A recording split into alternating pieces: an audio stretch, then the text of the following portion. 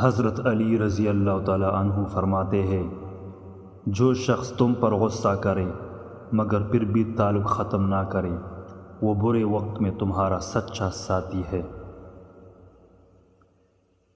سب سے زیادہ قابل نفرت وہ شخص ہے جو لوگوں میں عیب تلاش کرتا ہے۔ اگر میری زندگی میں دکھ نہ ہوتے تو میں اپنے رب کے ساتھ دعا کا رشتہ کیسے نبھاتا۔ غربت انسان کو اپنے ہی شہر میں اجنبی بنا دیتی ہے۔ کم ترین علم وہ ہے جو زبان پر رہے، بلند ترین علم وہ ہے جو کردار سے ظاہر ہو۔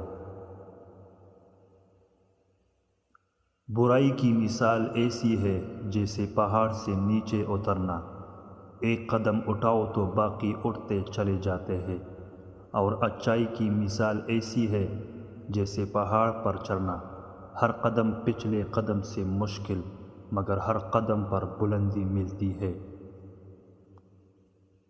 جس شخص کے دشمن نہ ہو سب دوست ہو، اس جیسا منافق کوئی نہیں، کیونکہ دشمن اس کے ہوتے ہیں جو حق کی بات کہتا ہے۔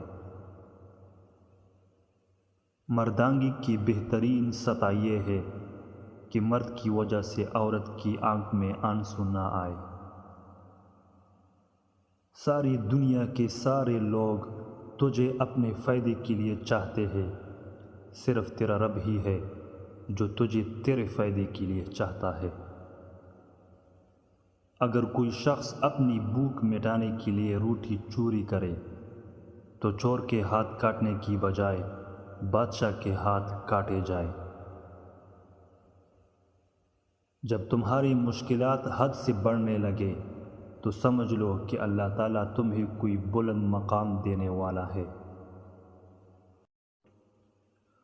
خوش قسمت ہے وہ انسان جس کے لیے کوئی روئے، بد قسمت ہے وہ انسان جس کی وجہ سے کوئی روئے۔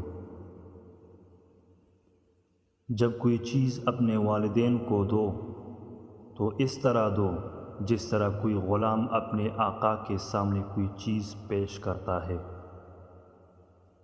اسے اپنا راز مت بتاؤ جس کا کوئی راز تمہارے پاس نہ ہو۔